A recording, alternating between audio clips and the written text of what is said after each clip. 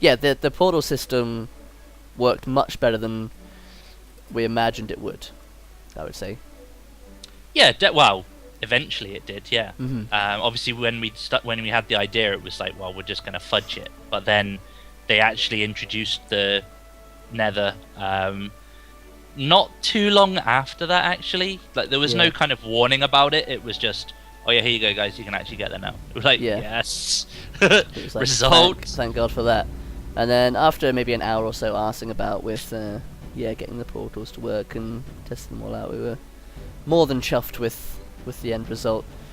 But anyway, here we are at obstacle. This is where the map would lead us. Yeah, this is where the map is into. Yeah, the central part of the center would be obviously where we are.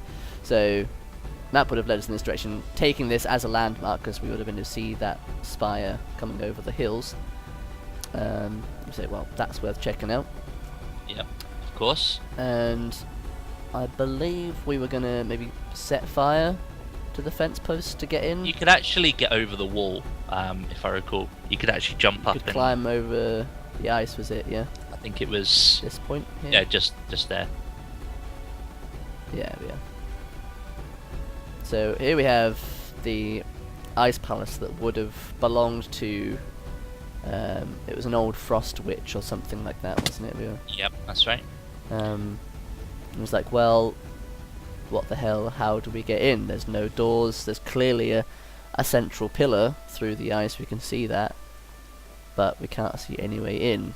I was like, well, Kind of the idea behind this as well was that there was, that it was kind of like an organic thing. The ice was growing up around this pillar of obsidian, or oh, I think it was the other way around. I the think pillar was corrupting it from the inside or something. the obsidian was meant to represent, I think, Gargunza's corruption spreading into the world. That's right. Yep. So this would have originally been made completely of ice, but there's just tendrils and little snippets of obsidian that's crept through and obviously corrupted this spire throughout the centre, and it be climbed through this way. Precariously. It being Because you're ice slipping, you're slipping on the ice the whole time, going whoop, wait, whoop. and it's a long way down. So, and this was actually built very, very early on. This was before the dwarf area, certainly. Well, yeah, definitely. This is possibly the project we took on together after the statues. After the bridge, yeah, which was statues. So super early on. So here we are. We'd reach the top, all the way down, and lo and behold, There's a big hole. and I'm sure you were gonna like push me in or something like that. And Yeah. But yeah, so here we are inside, and as you can see, there is doors. A very locked door. Yeah, no way of opening these without some form of switch. There is no buttons located around it. Now, this was... Now, we'd kind of done it so that there was an obsidian doorway. Yep, that's right. Okay, that's that There one, was- the second one. And then there's a snow and ice one, which I believe is that way. There was a snow one and then an ice one, I believe. Was it a pure ice one and a... Well, either way, we'll go through... You'll go through all of them, all of yeah. them. So, going through The this one. premise being that there was basically 3 different choices to get through, and you'd find there's a challenge behind each of them. Yeah. Going down this one, we have like ice kind of swirling round. You can't see it too tunnel. well here, but yeah, I basically could there is. plunk a torch, but it'd melt it. I'm pretty sure I could do it. Basically, there's like a swirl of ice going all the way along. Sadly, having the brighter torches melts the ice that's close to it, so I had to opt for the redstone ones, which does reduce visibility, but it Kind gave of enough light so we could see. This was a maze, I believe. It was, and I think we were kind of maybe hoping that some monsters would be down here as well, but again, it's all just kind of chance, really, at this point. I can't actually remember where the thing is. I think it was on this side. There we go. Oh, that's right, because there was a switch in each of the areas that you had to unlock. That was what the ice and the snow represented. So that one switch went one way, one came from the other. So that was it. So, oh, Mother Hubbard. That's not so cool. That's not good at all. Oh! Gay.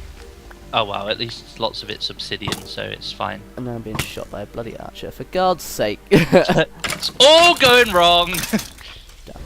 So, we got some monsters down here, so that's good. So that's opened up the... Go have a look, because I'm pretty sure there was like a second door in there or something. No, Where the maze. door opened. In here? Yeah, so that door opened, but then there's another door, and then we could see through, and then there's another door. So that's what the 3 areas represented. Yeah. If you see, that was a snow and ice, that's an obsidian, and then that one I think is either full snow or full ice. Full snow, yeah. Yeah, so that was what it was. So we had the ice room, with a snowy end, and then a full snow room. I think this was a jumping one. This was a jumping puzzle. And it was quite challenging, actually. It looked impossible, but obviously once you knew the route, it wasn't too bad. Getting down is the easy part. Yeah, of course. And it was quite bright. But for some reason the snow never melted with the torches. I'm guessing it's just the ice that it affected. Yeah, which is kind of lame. So then jumping back up was an issue, because you need to... I think there was maybe like multiple paths you could take. Yeah, and some jumps you're like, yeah, I can make that, and you oh wait, actually. Oh, maybe not. Like, yeah, if you try and jump one way from that, you're not going to do it. Is it that one? No, see, yeah, failed that way. So, go... Was it even across there? Ah, it was this way. Okay, yeah. And then... Yeah. You can just follow it around, I think. So the more obvious path was the bad one, because there was a block that basically restricted your ability to jump up. I mean, it's not overtly challenging. So this was one of our very first puzzles that we made. And, yeah. You know, obviously limited in creativity and what we could achieve with, you know, what we had. I think we did very well, like, considering. So that should be the snow door open now. Yeah, that's it. So just the obsidian wanted to go.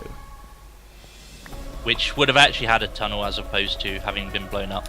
Yeah. Now, we're not sure if this actually works properly or not. I think it was supposed to be... There was supposed to be pads on... Yeah, that's right. The TNT as well, but they changed how it worked, so... But yeah, basically the premise is that as soon as you walk onto a pad, the TNT surrounding it explodes. And there was a locked door on the right-hand side, I believe. So, yeah, there's an iron door there. And the correct path to get to that is on the left. There. And you can't jump because the ceiling's like right above you. Yeah. So you had to basically travel along this path, and the floor's falling away beside you, and there's explosions going off, and it's like, whoa, what's going on? Oh, fucking hell. Oh, wow, okay. It's all gone very wrong. What the fucking fuck just happened? So anyway, that was our trap. I was actually blowing away the door. I think you just destroyed the door and whatever was behind the door. So we might not have. we can't even edit this out, so we're just gonna have to carry so it came on. from that way, so the door was over there. The door was on your left, and you can jump over now, so there's no ceiling. A bit much at once. And there was still there was another switch in here. Oh wait, no. Okay, so this was a sliding trap, so we needed to launch something down there. That's it, and it put a pressure on something, which I think you needed to do it to both. There we go. Yeah. So which then opened the 2 doors, and there's your switch. It might or might not work. I think it's left a lot of intact because obviously Obsidian's solid, taking a lot more damage than that. So hopefully it's just that that's ballsed up and not. No, okay, I'll just mine through it. Yeah. 'Cause Okay. that would have that opened was the that plan. door. It's probably just like one bit of the redstone's Redstone's just been gone, knocked yeah. out. So then that would lead into. Go on the balcony areas. You can see it a bit better. No way. So this would lead into essentially the ice throne room, which, as you can see, is ice on ceiling, and this has the obsidian corruption running through it as well. And I think we would have our first confrontation with Gargunza in here. Yeah, that's right. Gargunza was going to be down here, not the Ice Witch. Mhm. But it wasn't going to be anything more than a kind of war of words, if you like. Yeah, I think there's maybe like minimal combat, and we would maybe think we slew him. But in fact, not. And then we'd see So it's actually like, there's there's something under. something through the throne, there's something behind the throne. And find out that there's a way through, and that is boom. Second part of the prophecy. And like, oh, there's a way through here. You go, yay! Oh, okay. And then boom, you're down into like a really heavily corrupted area where So this is you know where the walls are alive and Gargunza would have came through here. This is how we gained access to the frozen throne room without being going through all the rigmarole that we had to go through, all the traps and everything else. now this is where our portal system kind of really, well, I guess we can kind of show it a bit now. Yeah. You can kind of see, obviously, back on the other doors there was which ones did we show? Was it the Silver Palm one and the mining entrance? Because we heard the portal coming in from the village, didn't we? So we had that was the one that Mercurian went through. Yep. And then we ended up going through this one, and then Which we was went the on, lava and the water. Yep. and then we ended up going through the Dread Cave and leading Which- on to the dwarf area. That brought us out. No, that brought us out to the bridge one. That one. Yes, didn't it? that's the bridge one. Yeah. Yeah. And then, yeah, you're right. We went through the path and went through the gauntlet where the walls were trying to mash us and everything. So But, well, yeah. I mean, what we've got effectively is a subway. a nice network of portals that transported us, maybe equal distances across the entire platform of where our story was taking place, which incredibly handy for building, behind the scenes work as well as being, a nice part of the story Yeah, as there's well. It's just like beautiful very the fact unique that- element. yeah, the fact that we had it working, that we didn't have to use video transitions like, oh, I'm stepping into the portal and stop filming, Well, and then just demonstrate it. I mean, that one goes to the village, doesn't it? We'll go back to the dwarf area as we would have in Yep, the that's story. right. So just to We repeat, keep- I will continue talking, and so there's no transition at all, and then bam, here we are. Not that you've seen this bit yet. We would have came through here. This is where Mercurian would have came through, and as you can see over here, it will lead back up to the cathedral. Now, this is where it would have been made apparent to us that Gargunza used to be a high priest or the cardinal or something of Yeah, he was part of the Silver Palm. of the Silver Palm, Faith. and was then corrupted by the dark Shin that we saw in the Field of Portals. That was the statue there. Although I think the premise was that it wasn't such a statue. He was I guess frozen in time sort of yeah. thing, and then he would be reborn after a worthy sacrifice. So that's the dwarf area, the ice palace, and we would have gone back here and gained a second map. A third map. We would have gained a second map in the ice palace. That's right, yep. And that would have taken us over to, I believe it's in this direction. we didn't actually have the map for this ready yet. This was kind of... This was still way in the future. This is, Yeah. you know, maybe 5-6 episodes. I was going to say that this whole exploration and thing would have been sort of over a good few episodes. Obviously, you know, fully padded out with amazing story involved and witty banter between us, etc. I need to remember my way back to the...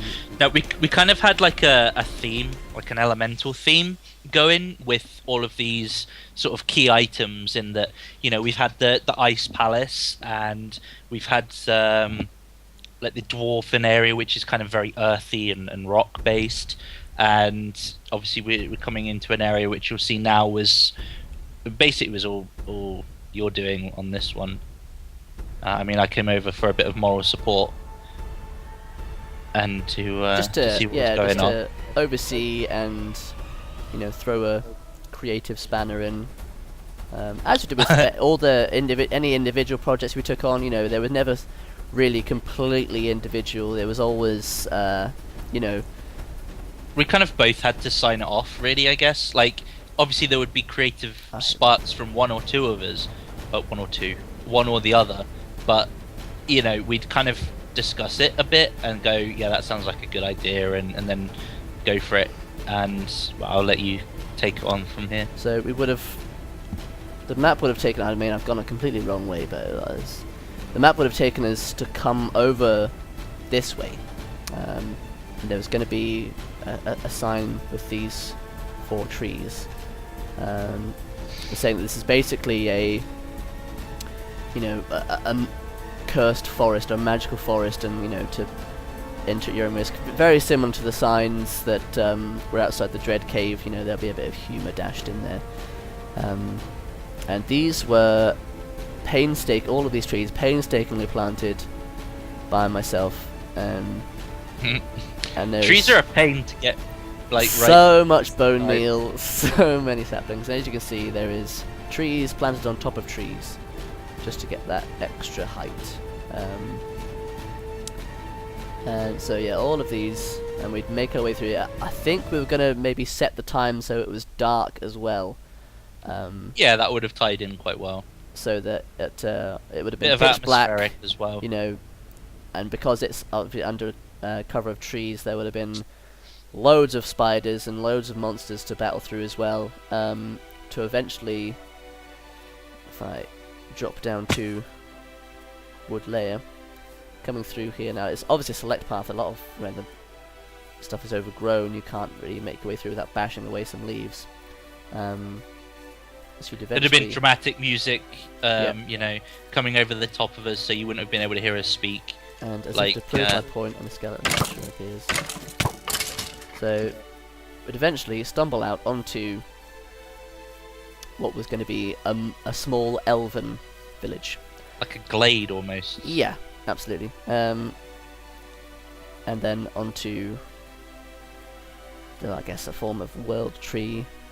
Not to breach copyright, but I sense, you know, that's kind of what we were... A central location going for the village. Yeah. Obviously this was the village was built around this tree that is obviously very sacred to the residents of this village. I mean, back when we were doing all of this as well, there wasn't even, like, there weren't NPCs in the game, there weren't any randomly spawned villages, terrain, or any of that stuff. It was all, you know, whatever was in here was pretty much put in here. Solely inspired by... Oh, you get... He's not supposed to be in there. No. You might want to eat something. Your health's running low. So that'll regen slowly. So then, yeah, the fact that we could have this big hollowed out tree, and that you could climb up inside the tree into another throne room. Yay! Love that rooms. And I'm not sure. I don't think we've got to really the story planning side of this area yet. No, we just kind of knew that it would be a really cool thing to have. Yeah, and I think we were just kind of fleshing out areas that we would have parts of the prophecy located in. That's right. And this one happened to be like, did we have a chest at the top of the tree? Yeah, and there it is, and there is the next part. another part of the prophecy there. Now, whilst you were doing all this, I mean, we don't necessarily need to go and look at it because it was kind of abandoned, shall we say. The idea whilst you were focusing on this was I was working on like a completely separate area underwater to cover that part of the kind of elements and things like that. And the kind of thinking was it would be like a ball of glass underwater with kind of glass tunnels and things like that, but Completely submerged. yeah, completely underwater. And you know, I'd managed to excavate most of it and had started work on that, and it was looking all right, but it kind of stopped because refilling it up with water was just going to be a real pain. And I mean, clearing it out of water was annoying enough. That's right. Having to basically build down into it and then dig it back out. take it all out again. Yeah, and then not having forethought how to refill it. It was just kind of like the idea was great, and it was just one of those, yeah, let's do it, and then, actually, you know what? This is a lot more challenging than it would probably be worth. It's just a massive time investment that's just, well, it could be spent elsewhere. So, to the next part that we've not managed to show, we would have found our way in passing to this would be very near the end, where we'd find one of Gargunza's necropoli, I guess would be the plural.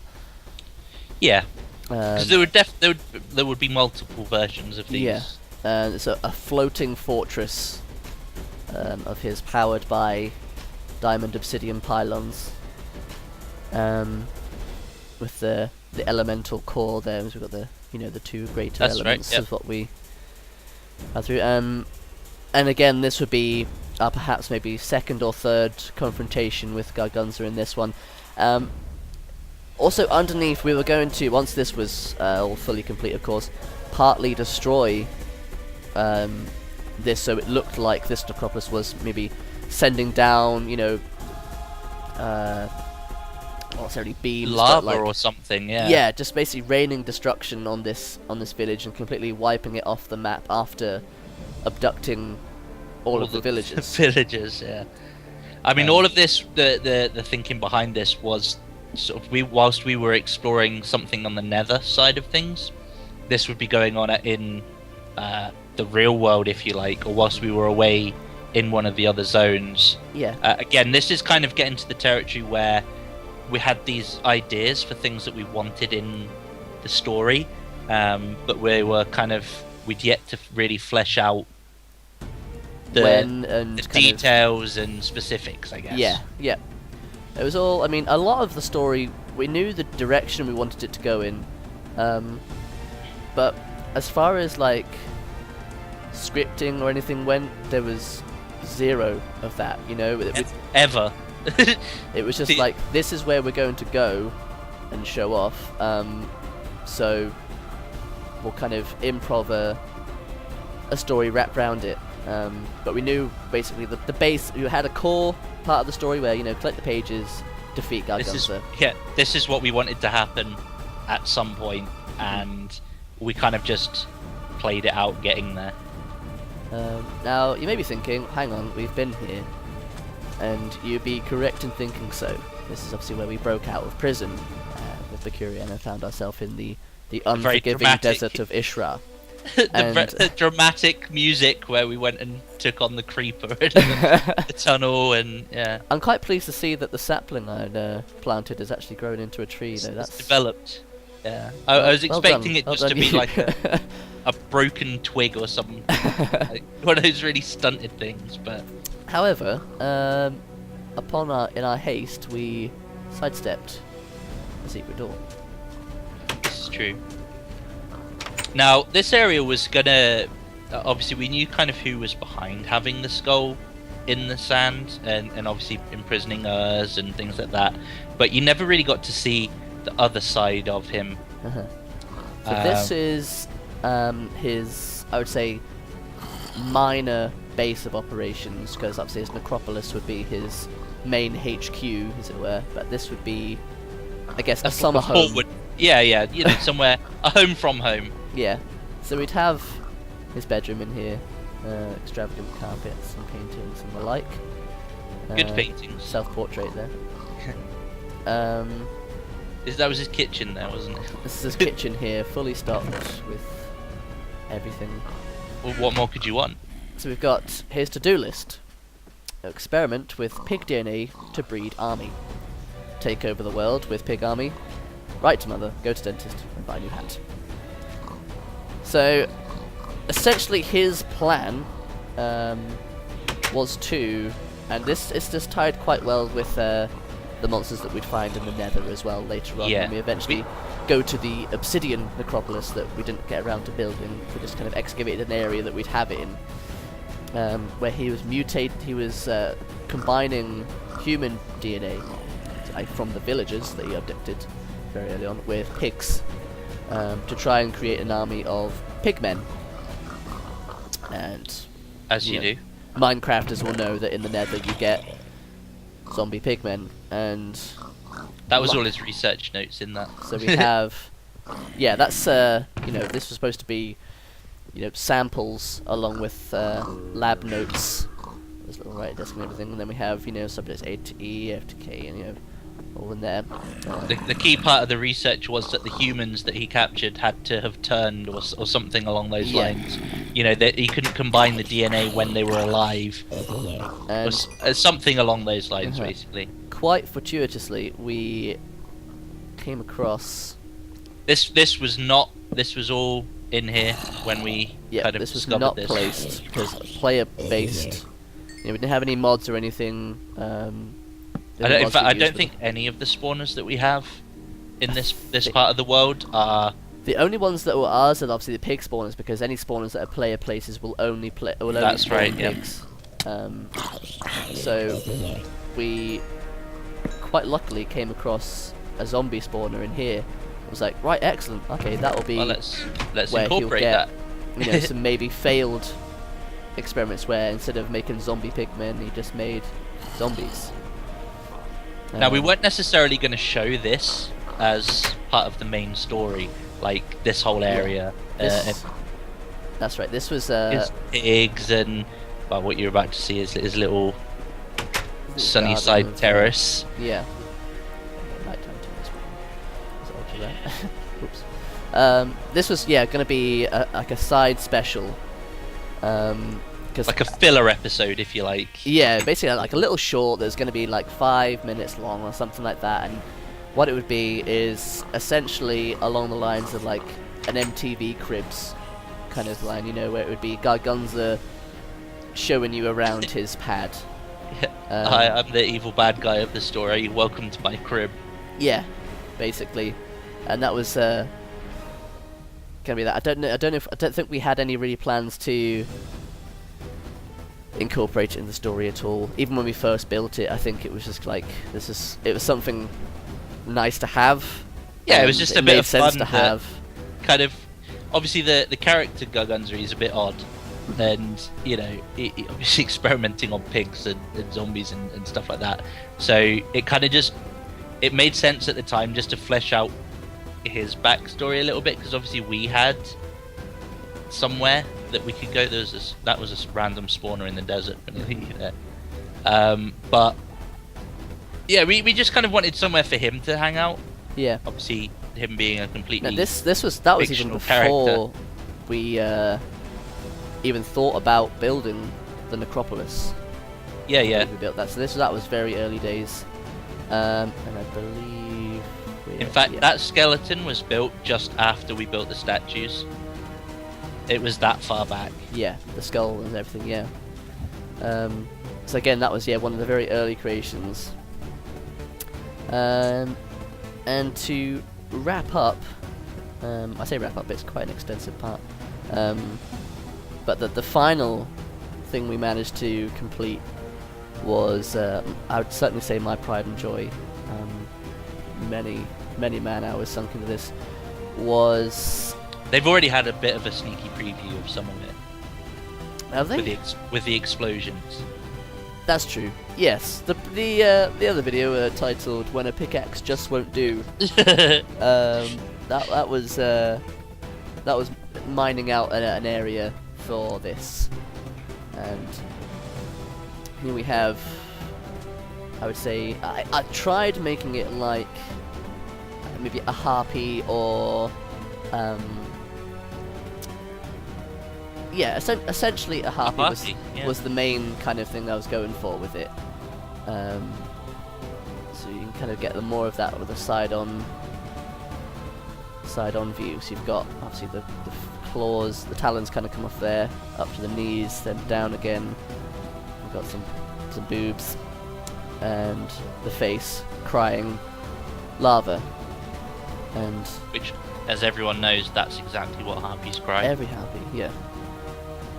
And just for the record, these wings were a royal pain. So monotonous and so boring, but I'm very happy with the result. So we'd have found a map at some point. I think this was in the dwarf area. Was this where the second one led to? Yeah.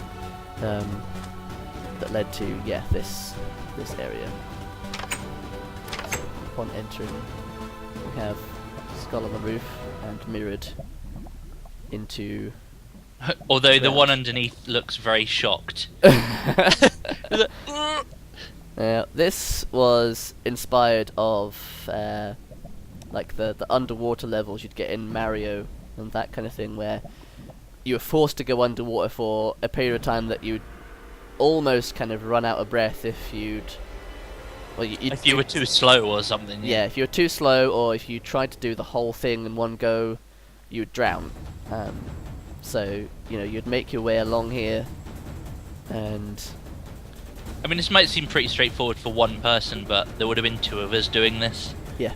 That's it. It would have been like, what's going on? And it's really dark as well, so you kind of spend some time. That's two of them. Really? I'm not going to tell you what that looked like on my screen. That's just sickening.